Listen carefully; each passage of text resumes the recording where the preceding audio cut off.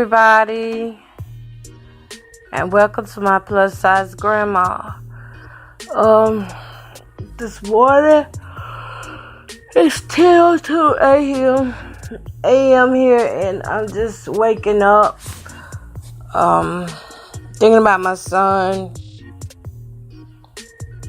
and also about myself. We both ended up in the hospital last night. Turns out I have bronchitis, and he has some mental illness going on. I'm praying that they will send him to the better hospital for his condition. Schizophrenia, bipolar, manic depressive, and psychosis. It's not easy, but how I get by each day is by basically just take it one day at a time and do what I can, and what I can't do, I just say, well, I gotta leave it alone and let God. Cause it's hard seeing my son go through that. He got hold of synthetic weed back in April, and his mind hasn't been right since. It's a process that just when you think things are getting better, things get out of hand. And so you have to stay vigilant at all times. But my son, he did so much these last, I think it's been 8 days. And I haven't really gotten any rest like that. Cause when he's like that, I'm usually the one staying up with him through the night and through the day. I do have help. My family do help during the daytime. They keep them busy. But, when it starts to get too bad, it's just nothing we can do about it. And it scared me last night a little bit. Well, I don't think I got scared. I think I panicked. I don't think it was necessarily fear. But, I panicked because my son was headed toward a bridge, and, he had already had suicidal and homicidal thoughts for 2 days, and people say, why you didn't get him help sooner? Well, we tried. I haven't never stopped trying to get him help since April, and it's hard to do when you don't have the funds to hire a lawyer to do it, and you basically you and your prayers to God are basically all you have when you come from the low income end of things. So I am sick myself, and I was sick that whole time. Y'all know I've been sick about 2 weeks though. So I'm trying to find my keys right now. Trying to find my keys. But I'm gonna tell y'all something. The joy of the Lord is my strength, and I take him with me everywhere I go, in my heart. And I don't plan on giving up. I'm looking for my medicine. I don't plan on giving up and giving the enemy a chance to win anything. I sure don't.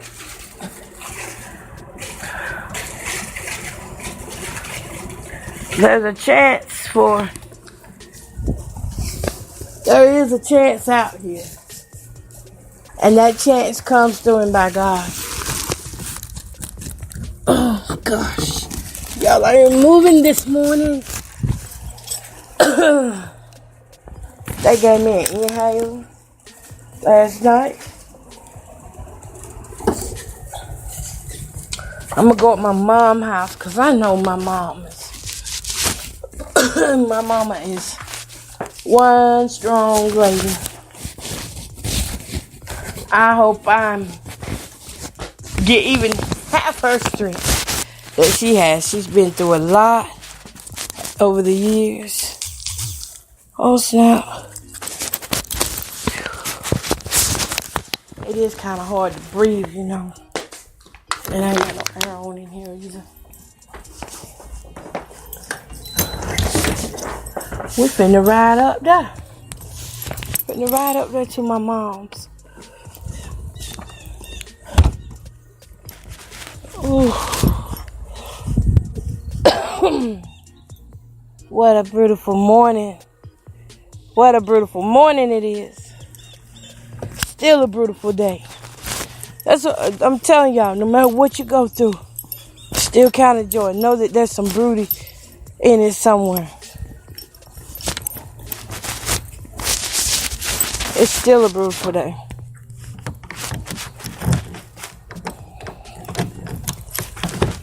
I think if I just get some more sleep, which I'm gonna try to do, but I'm trying to stay on these. I have to stay on these doctors too, cause they still have my son in the emergency room, and they released him one time, and so I'm trying to stay on just in case if they do try to pull that underhand mess and release him to come back.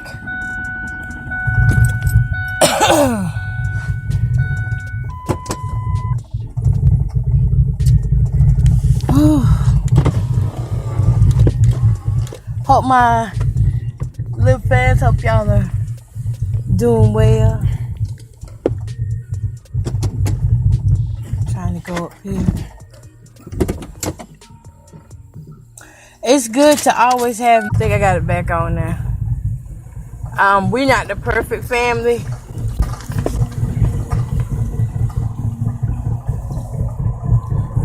We all fall out too. But we always get back together. We always manage to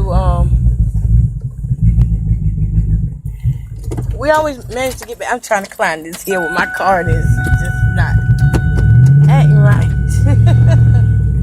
There we go.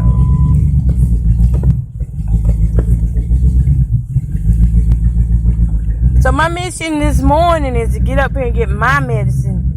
You know, tend to me so I can help him. And you know what? These kids, we are all they got. So we have to be careful not to throw them away. Not to throw them away because we see too many people get thrown away. Dang, I don't even see my sister up here.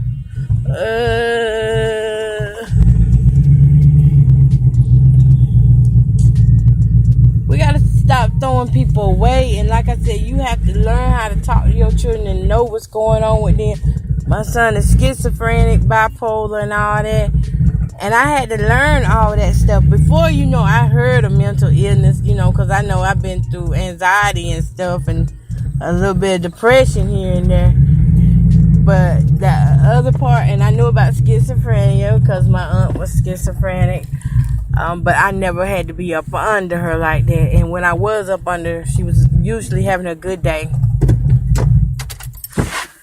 But when people are like that, you have to take your time with them. They need somebody to talk to. Would it be their thoughts go running and racing, and they're trying to figure out just as much as you are. They don't know anything. They're trying to really figure out what they want to do or what's going on. And it scares them to a point, too. It scares them. I remember one day this week, my son, he was just sitting there and didn't realize he was thinking, but he wasn't thinking. And then when I walked through, it just scared him. It scared him, so...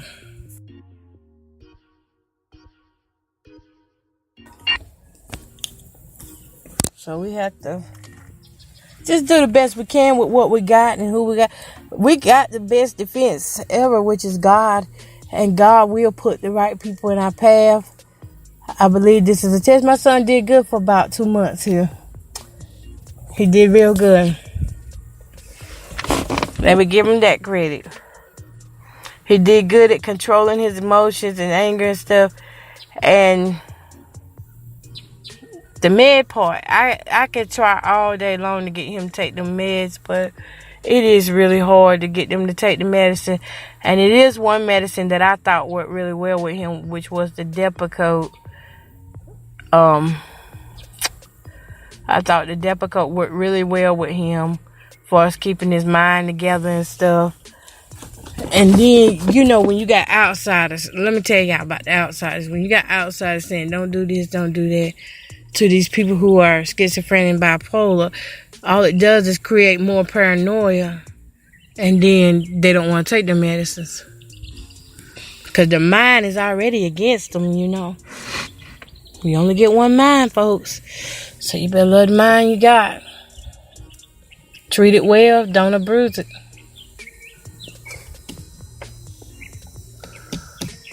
Them birds sound so beautiful this morning. But I do thank God, though.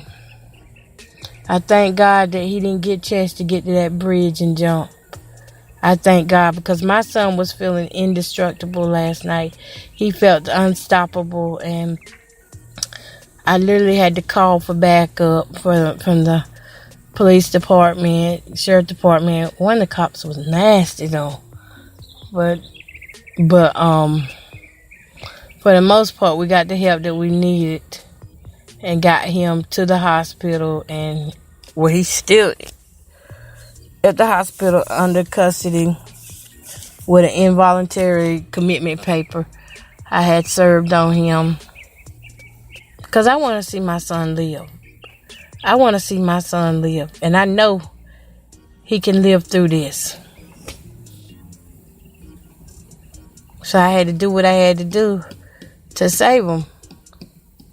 And if it takes doing stuff more than one time, it's just going to take doing stuff more than one time because it's new to him, same way it's new to us. And I try not to get tired of being there for him. You know, because that's one thing we see a lot of people, they get tired easy. So when I start feeling myself getting where I need a rest period, I just take a rest period and then go right back to it.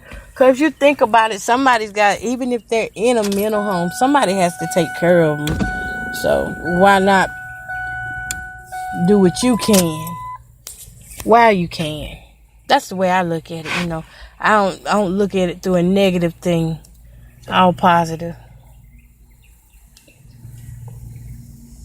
They cutting grass like crazy up here. Yeah. If you look at it with a negative view, you're gonna have negative feelings. So I continue to look through with a positive eye. And you know, I do take care of me in between there. I do take care of me. I make sure I take care of me first. I gets me. And me and my daughter, we switch on and off with my family. So everything, I think God is lining this up for a reason. And his breakthrough and his healing. And I'm just going to continue to trust God. That's all I can say. You know, you got to trust God. It could have been somebody else's child, but it was mine. And since mine was chosen, that means that I'm chosen too to do the right thing. I'm choosing to make these choices. I'm chosen to make these choices on his behalf because he did say he wanted to go to the hospital.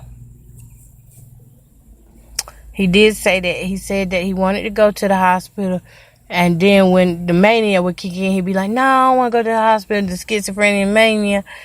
When that kicked in, it would change his mind up before we could get to the hospital. But if we could ever get him to the hospital when he's in a calm state, you know, he'll go ahead on through with treatment. But once that mania kicks in and that schizophrenia kicks up, you know, it's hard to tell him, hey, you need to go to the doctor. But I did manage to eat